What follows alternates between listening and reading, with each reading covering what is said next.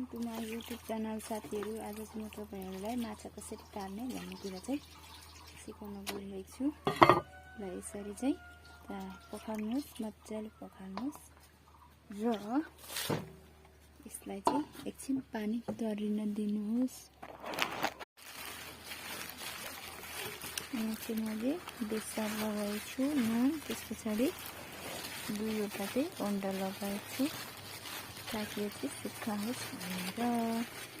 ल यहाँ चाहिँ देख्न सक्नुहुन्छ मैले चाहिँ कराई बसाइसकेको छु।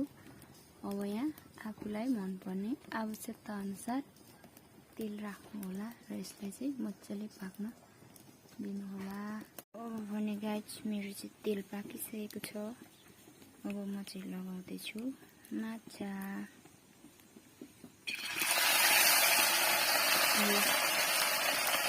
यसरी पकाउनु पर्छ भनेर चाहिँ मलाई मेरो बुढोले सिकाउनु भएको। मलाई चाहिँ खानाको आइटम केही पनि आउँदैन, त्यही भएर चाहिँ